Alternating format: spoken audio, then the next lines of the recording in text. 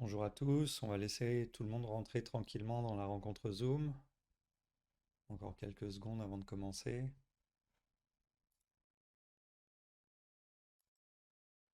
Me voilà. Donc allons-y, ne perdons pas de temps.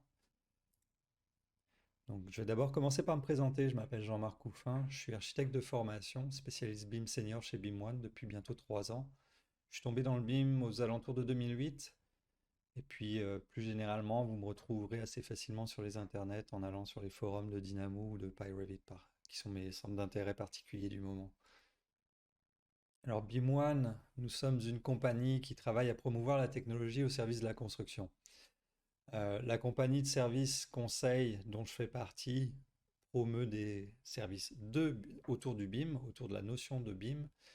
Et puis la partie développement logiciel, en fait, s'occupe du développement de la technologie de BIMTrack, qui est une solution de communication pour la construction. On est très actif au niveau de l'industrie, généralement autour de Cannes BIM, de Groupe BIM Québec, de Building Smart ou encore de la chaire de recherche de l'ETS.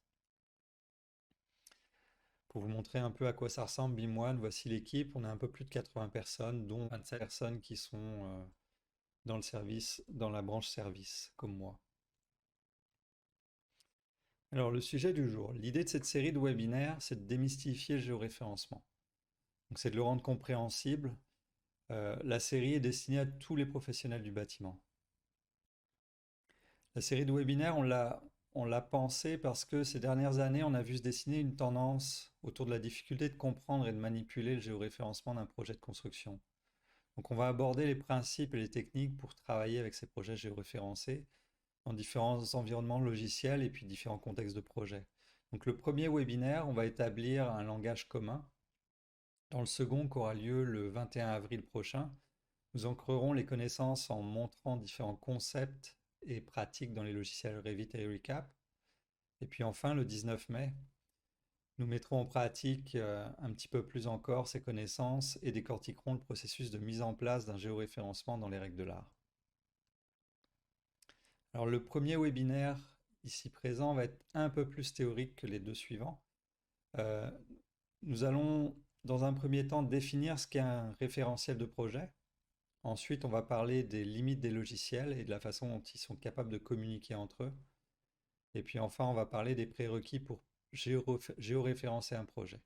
Donc si vous avez des questions ou des commentaires pendant le webinaire, merci de les indiquer dans la fenêtre de conversation Zoom, s'il vous plaît.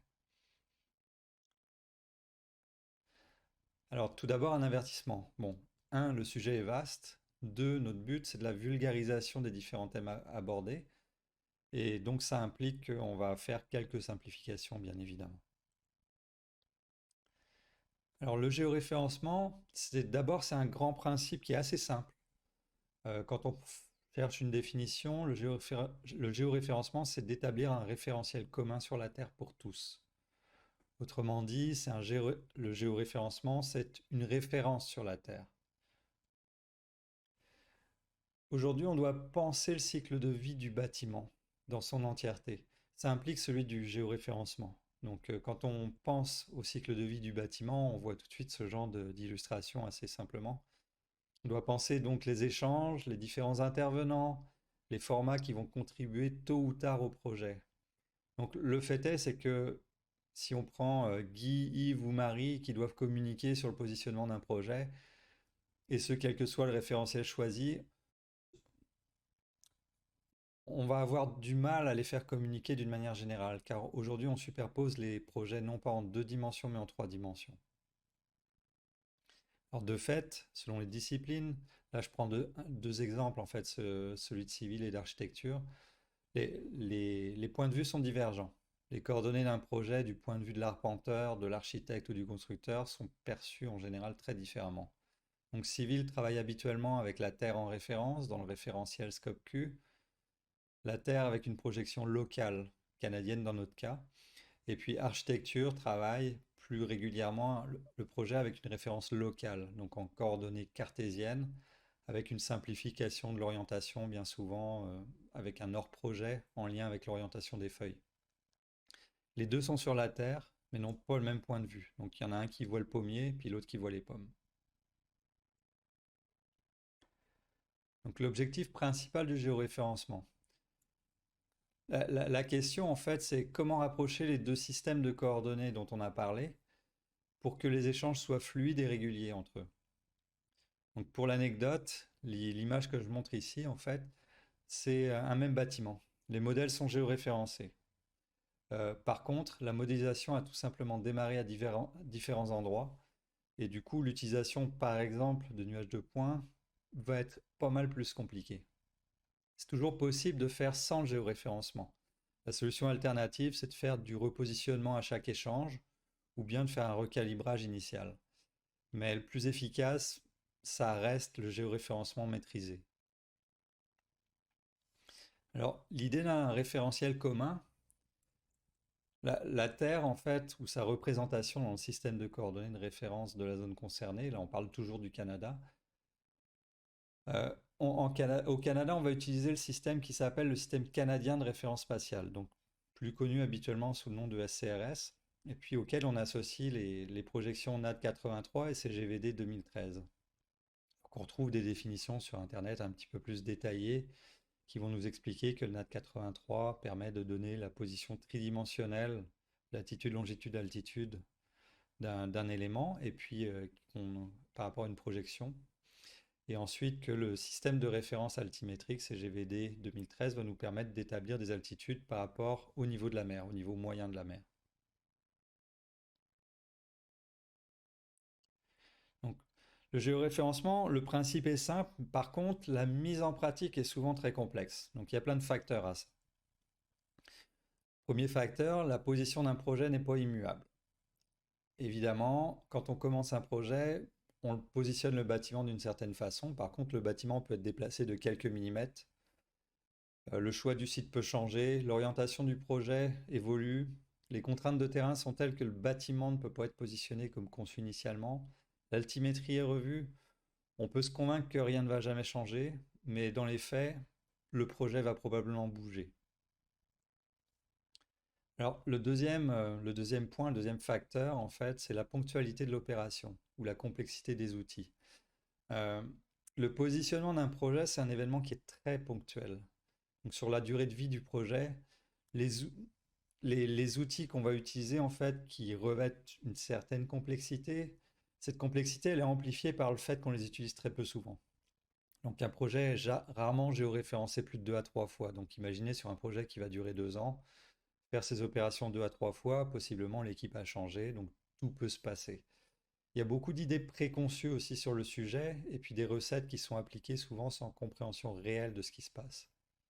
Donc après ça, les risques qu'on a dans tout ça, c'est que l'historique des actions qui sont liées au mouvement des référentiels soit perdu durant la durée de vie du projet.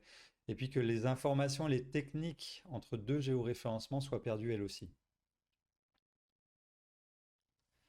Donc ce qui est rare est donc critique. La rareté renforce le caractère critique de l'opération. C'est pour ça que là, il faut avoir un souci quand même de documentation minimum par rapport à toutes ces procédures. Alors un autre facteur, c'est que l'action de géoréférencer provoque plusieurs conséquences. Là j'ai mis 1000, ça pourrait être 10 000. Tout dépendant de la taille de votre projet, il y a une vraie difficulté en fait à anticiper la somme des conséquences de bouger le référentiel de projet. Les logiciels du BIM permettent des manipulations selon un langage qui n'est pas homogène, qui n'est même pas constant au fil des années et des versions de logiciels. En plus, l'ensemble des fichiers et des composants du projet vont être impactés. Donc ça fait tout de suite effet domino, ça se multiplie d'autant plus sur les gros projets.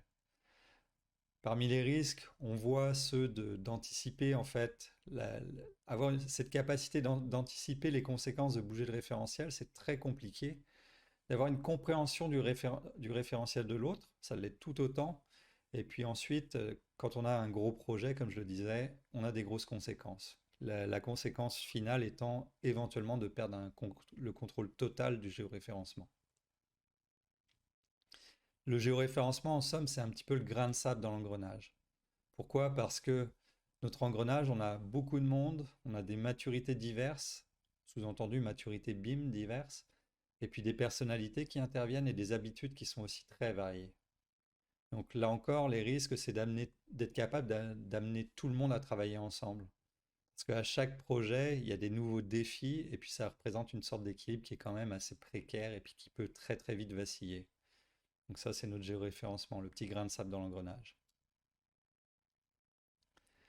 Globalement aussi, un autre facteur important, c'est que c'est une activité qui est à haute pression.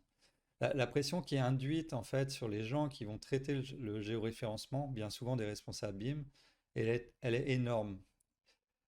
Parmi les risques qu'on va retrouver en faisant un géoréférencement, c'est qu'on a l'obligation quasi certaine de faire une pause sur le projet. On a besoin, pour avoir un vrai retour à la normale, que ce changement-ci en fait soit un succès. Et puis le dernier point, c'est que trop de pression sur le responsable BIM, ben, on peut le faire exploser par exemple. Alors passons à l'autre sujet, la définition un petit peu plus précise des deux systèmes, le système global et le système local. Donc ces deux systèmes, ce sont ceux qui vont nous permettre de mieux comprendre le géoréférencement. Donc tout d'abord le système global. Donc le système global, autrement dit le référentiel de la Terre et autrement dit les coordonnées partagées. Donc là je vais vous montrer simplement une petite vidéo pour illustrer le propos et pour vous montrer que en fait l'origine de la Terre, son centre, c'est un peu l'origine de notre référentiel. Donc ces coordonnées, on va dire que c'est 0, 0, 0. On a l'équateur et le méridien de Greenwich qui vont être les deux plans qui nous permettent d'établir les axes X, Y, Z si on veut, du référentiel Terre. Et puis ensuite, les axes du système de référence de la Terre. Donc chaque projet est positionné à la surface de la planète et puis possède des coordonnées cartésiennes. Mais bon, un des problèmes qu'on retrouve, et puis ça explique un petit peu la complexité d'avoir tous ces systèmes-là, c'est que la Terre n'est pas ronde, entre autres. Donc quand on regarde la Terre avec une légère exagération des différences d'altitude, donc là on parle d'une exagération fois 5000 je crois, donc les coordonnées de projet sont finalement une projection des coordonnées sphériques sur des plans définis dans le système de référence. Donc ça veut dire qu'on imagine finalement que la Terre est ronde pour pouvoir transférer ces coordonnées plus simplement.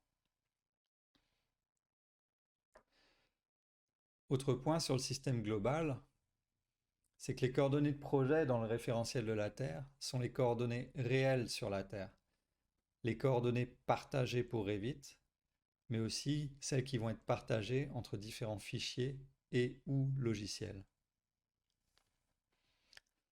Passons maintenant au système local. Donc, le projet existe sur son site grâce à sa localisation. Donc, par rapport à des éléments concrets. La plupart du temps, on pourrait imaginer qu'on prend des arbres, une clôture, une borne géodésique, c'est quand même un peu mieux, et puis un coin de mur, etc. C'est des éléments qui sont tangibles et puis qui peuvent être aussi la base d'un référentiel plus local, avec des coordonnées plus petites et donc plus simples à appréhender. Donc on parle de coordonnées de projet dans le système local. C'est d'ailleurs un des enjeux majeurs des logiciels BIM en fait. Ils ne comprennent pas tous les grandes coordonnées et doivent communiquer par l'intermédiaire de coordonnées locales. Ça, on va en reparler un petit peu plus tard dans la présentation. Donc, petit aparté, ou note de bas de page, comme vous préférez, géoréférencement, c'est différent de référencement interne. Si vous repensez à l'image que je vous ai montrée avec les différents systèmes de coordonnées qui étaient montrés local pour un même modèle, la distinction entre le géoréférencement et le référencement interne, qui est quand même utile à traiter. Pourquoi? Parce qu'on a des enjeux en fait vis-à-vis des IFC ou des nuages de points par exemple, et encore d'interaction avec d'autres logiciels. Donc la position du projet par rapport à un référentiel, ça c'est le géoréférencement, versus la position du projet par rapport à l'origine interne du logiciel. Donc à lui seul, le géoréférencement ne va pas tout solutionner en fait des interactions qu'on va avoir entre différents systèmes ou logiciels. Alors pour revenir au système local, pour illustrer et puis pour conclure un peu sur le système local, travailler dans un système local de coordonnées, c'est établir une référence pour les coordonnées plus proches de l'élément référencé. Donc pour l'illustrer, en fait, ça revient à dessiner un plan et puis à donner une origine à ce plan et baser la position du projet par rapport à cette origine locale. Donc maintenant, on va arriver à la deuxième partie du webinaire, ou en tout cas le deuxième point, la question de l'interopérabilité des référentiels ou des systèmes de coordonnées. Donc, l'écosystème BIM, il est assez complexe pour ne pas dire compliqué. Donc quand on voit un écosystème pareil, et encore on n'a pas tous les logiciels du marché qui sont représentés, c'est difficile de faire communiquer en fait les membres d'un tel écosystème. Là on voit les logiciels, mais on pourrait très bien mettre des disciplines à la place. Donc avec une telle variété de concepts, de référentiels et de points de repère qui sont en arrière, c'est vraiment très très complexe de mettre en place des procédures qui fassent fonctionner cet écosystème. Parmi les systèmes de coordonnées qu'on retrouve et puis comment on arrive à faire en sorte que ces systèmes de coordonnées se parlent entre les logiciels, ben, ce qu'il faut, c'est d'abord de savoir en fait quel logiciel parle et part de quel point de vue. Donc, pour approcher ces systèmes, il faut pouvoir se parler entre disciplines et puis entre les différents outils. Si on parle de Civil, par exemple, Civil va le plus souvent parler selon le référentiel CANQ, donc dans le CSRS. Pour tout ce qui est cartographie, on va se retrouver avec le système WGS 84. Donc là, on parle finalement de longitude-latitude.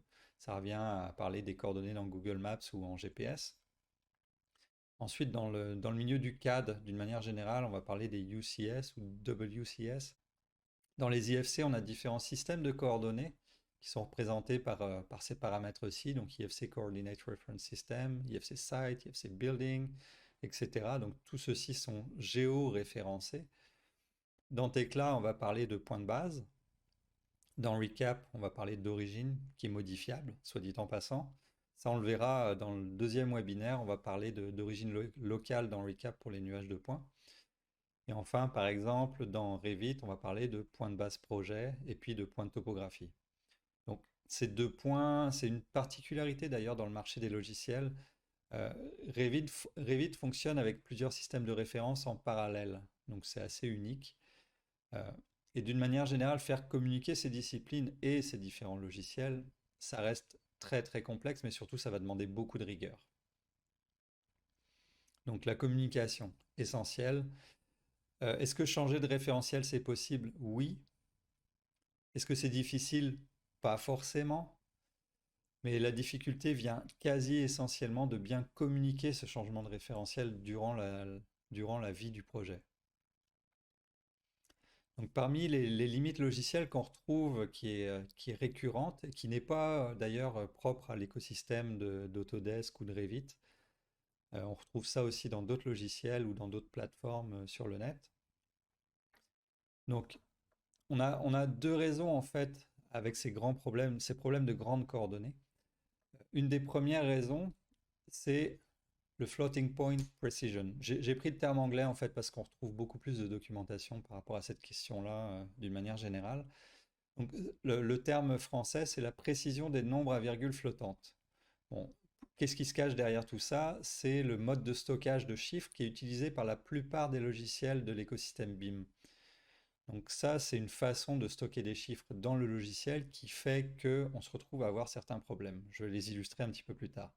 Ensuite, second problème, c'est la géométrie de la Terre. Donc ça, on ne peut pas y faire grand-chose. C'est pas en soi un problème de logiciel, vous le comprendrez. Et je vais essayer aussi de l'illustrer un petit peu après. Donc, floating point precision. Donc, ce point-là, en fait, Revit, en fait, nous montre assez facilement ses limites à cet égard. Euh, le nombre tel qu'il est stocké dans les ordinateurs, il est précis, mais jusqu'à un certain point. Donc, le genre de problème qu'on retrouve souvent dans Revit par rapport à ça, c'est ce genre de fenêtre, par exemple, qui nous dit qu'on n'est pas capable de déplacer le point de base à plus que X kilomètres de son emplacement de départ.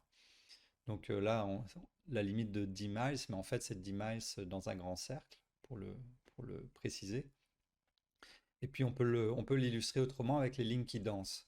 Alors, les lignes qui dansent, là, j'ai un petit exemple pour vous. Donc là, dans l'exemple, en fait, dans AutoCAD, j'ai placé mon projet finalement sur la Terre, hein. Je l'ai mis à 64 km du centre de la Terre. Et puis après ça, je l'ai lié dans Revit pour pouvoir le travailler dans Revit en trois dimensions un petit peu plus finement. Donc là, j'ai inséré simplement origine à origine interne le fichier CAD. Et puis ce qu'on voit, c'est qu'en zoomant, qu'on voit que mes rectangles qui représentaient des épaisseurs de mur, là, ça ressemble plus à rien, qu'on est difficilement capable d'accrocher ce qu'on voit. Ce qu'on voit, en fait, n'est pas la vérité de ce qui est. Donc, quand on va zoomer, on va voir les lignes qui dansent, et puis l'accrochage, généralement, est quasiment impossible. Ça, je l'ai montré avec un fichier AutoCAD, mais on a le même genre de problème avec des fichiers de nuages de points, par exemple. Alors, l'autre raison, celle de la géométrie de la Terre, et puis des projets qui sont aussi, d'une manière générale, très étendus. C'est qu'un projet qui serait très étendu, disons 32 km, au hasard, hein, 32 divisé par 2, 16 km, on retrouve notre limite qui était citée dans Revit. Donc sur la Terre, ces deux extrémités ne touchent pas la surface de la Terre, sauf si le sol était plat. Donc pour l'illustrer, là encore une fois, un petit extrait de manipulation, cette fois-ci seulement dans AutoCAD. Donc là, si je dessinais la Terre, alors je la dessine, je prends comme unité le kilomètre, pour que ce soit plus simple. Donc son rayon moyen, 6371 km. Ensuite de ça, je vais vouloir me placer à la surface et dessiner une tangente de 10 miles, donc de 16 km. Donc pour reprendre la limite de Revit, hein, finalement. Et puis là, si je cherche à retoucher la Terre, donc là c'est ma tangente qui est projetée sur la Terre, on s'aperçoit qu'on a une distance de la surface qui est de 20 mètres. Donc si on exagère l'effet, en fait, je prends une maison qui ferait 32 km, ça me donnerait à peu près ça. Donc on voit qu'il y aurait quand même une différence entre la longueur réelle de mon sol ou de mon mur versus la version projetée. Donc en résumé de tout ça, c'est que ce qu'il faut bien comprendre, c'est qu'on travaille en projection sphérique. Et donc qu'un objet projeté sur une sphère sera déformé ou étiré. Alors le dernier point de ce webinaire, c'est la question de savoir quels sont les prérequis pour un géoréférencement de projet. Alors parmi les questions à se poser, on va retrouver des questions un petit peu pour toutes les disciplines ou pour tous les intervenants. Première question qu'on devrait se poser, c'est par rapport au client, possédez-vous un plan d'arpentage? Si oui, de quand date-t-il? Et puis dans quel format est-il disponible? Si disponible en format papier, bon déjà ça va poser quelques problèmes aujourd'hui. On va devoir le scanner. Et puis si c'est dans un format de logiciel et que le logiciel n'existe plus ou bien que le format n'est plus valide et n'est plus rétrocompatible avec le logiciel qui va être utilisé actuellement, là on se retrouve face à des problèmes. Du côté de civil ou de l'arpenteur, donc les questions sont de savoir dans quel système géodésique le relevé a-t-il été fait, quel référentiel a été utilisé. Ce référentiel, la plupart du temps, c'est indiqué dans le cartouche. Mais si ça ne l'est pas, d'ailleurs, c'est une bonne note à faire de l'indiquer dans le cartouche pour référence future. Savoir quelles sont les bornes qui vont être utilisées sur le site. Donc ça, je vais en reparler un petit peu aussi au niveau de l'architecture. Côté de l'architecte ou d'architecture, un nuage de points va-t-il être requis, par exemple, sur le projet? Et puis si oui, à quelle phase, avec quel type de technologie? Est-ce que les bornes géodésiques... Alors là, je vous parlerai d'ailleurs un petit peu après du portail cartographique pour pouvoir les récupérer. Mais est-ce que les bornes géodésiques ou les points de relevé par l'arpenteur sont clairement identifiables sur le plan de site? Et puis des questions secondaires. Alors, parmi les questions secondaires, ce qu'on va retrouver, c'est est-ce que l'étendue du projet et les accès à la voirie sont inclus dans le plan? Bien évidemment. Est-ce que les levées de niveau de terrain sont suffisantes pour représenter la complexité du terrain et permettre la conception du projet? Et puis par extension, est-ce qu'une modélisation du terrain est nécessaire? Et si oui, ben, ça va prendre un relevé de points ou bien une topographie triangulée issue de Civil 3D par exemple. Alors, attention parce que un système de coordonnées de nuages de points versus le plan d'arpentage, il va y avoir besoin de faire un point de référence commun. Donc ce point de référence commun ou ce système local, ça va devenir une question assez critique en fait pour l'insertion des nuages de points par rapport à l'origine interne. Parce que dans Revit, en fait, le nuage de points, son origine est toujours positionnée sur l'origine interne. Donc de fait, on va être obligé de travailler à faire un petit peu de gymnastique pour ramener un système local dans le nuage de points pour être capable de faire interagir Revit et le nuage de points. On va y venir en fait lors du prochain webinaire et puis on va expliquer un peu comment recourir à une origine locale pour faire fonctionner un nuage de points et Revit. Alors, communiquer son besoin à l'arpenteur. Donc les grandes étapes, ça va être est-ce que vous voulez un fichier CAD? Si oui, est-ce que ça va être dans une version ou dans une autre? Quelles unités vont être utilisées? Alors la norme chez les arpenteurs géomètres du Québec, c'est le mètre, mais bon, c'est toujours bon de le savoir au préalable ou de le demander au minima. Ensuite de ça, est-ce que ça va être géoréférencé? Si oui, comment? Parce que dans AutoCAD, on peut très bien avoir plusieurs systèmes de coordonnées qui fonctionnent en parallèle. Donc on peut avoir un seul UCS ou plusieurs UCS. Autrement, en fait, on va avoir besoin de bornes qui sont repérables et identifiables physiquement sur le terrain, et qui ne seront pas démolies ou déplacées. Idéalement, elles seront proches, mais hors zone de travaux, pour que ces références perdurent durant la totalité des travaux, hein, et du projet.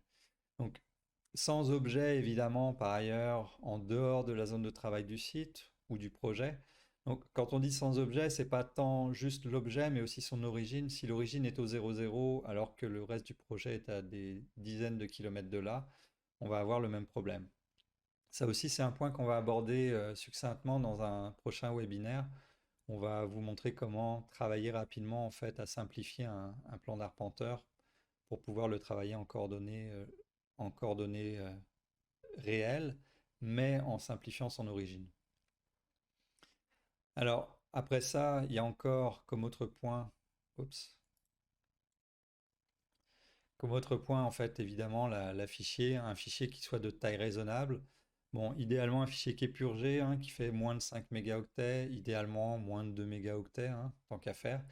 Et puis, l'idéal, en fait, c'est que cet idéal de 2 mégaoctets, ça dépend surtout quand même de la quantité d'information qui est contenue. Et ensuite de ça, en fait, dans les besoins, idéalement, l'arpenteur devrait vous fournir les fiches de bornes géodésiques. Alors, ça m'amène un petit peu au point suivant. Les bornes géodésiques, en fait, où est-ce qu'on est capable de trouver cette information-là? Et puis, ça va être un petit peu le dernier point qu'on va aborder durant ce webinaire. Pour trouver ces bornes, en fait, l'information, on la retrouve assez simplement sur le portail cartographique, donc vgo.portailcartographique.gouv.qc.ca. Donc là, bien évidemment, ça concerne le Québec essentiellement. Donc pour l'illustrer, je vous fais une petite démonstration qui n'est pas live, c'est une petite vidéo pour vous montrer comment ça fonctionne. Donc une fois qu'on arrive sur le site, il faut simplement choisir le thème de la carte et puis le thème du réseau géodésique. On va retrouver en fait toutes les bornes qui vont être localisées. Donc là, on va aller naviguer vers notre projet. On pourrait naviguer en faisant une recherche. On va aller à l'aéroport de Montréal, histoire de voyager un peu. Et puis pour récupérer l'information, on utilise la petite icône i, et puis là, on a accès à l'information de la borne. Et puis on a des fiches signalétiques en fait qui sont au format PDF derrière. Donc une fois qu'on va les ouvrir, on va pouvoir retrouver cette information-là bien cartographiée. Donc on a un numéro de matricule qui est le numéro de la borne, et puis ensuite on a les données qui sont latitude, longitude, et puis la donnée altimétrique. Donc ça nous permet vraiment d'être sûr de bien se positionner par rapport à cette borne-là et de pouvoir contre-valider en fait la position des éléments après coup. Donc le prochain webinaire, en fait, pour faire suite à ce webinaire qui était très théorique, dans le prochain webinaire, on va parler de Revit, de Recap, des nuages de points et des fichiers maîtres. Donc en fait, on va parler des systèmes de coordonnées dans Revit, de l'origine des nuages de points, pour pouvoir illustrer un peu le propos du système local dans un nuage de points. Et puis enfin des coordonnées, de comment coordonner en fait les coordonnées avec un fichier maître, à l'aide d'un fichier maître. Donc si vous avez des questions ou des commentaires, merci de les faire suivre à l'adresse suivante, info@bimone.com. Et puis on répondra aux questions qui auront été mises dans la conversation Zoom à la suite. Et je vous remercie. Passez une bonne journée.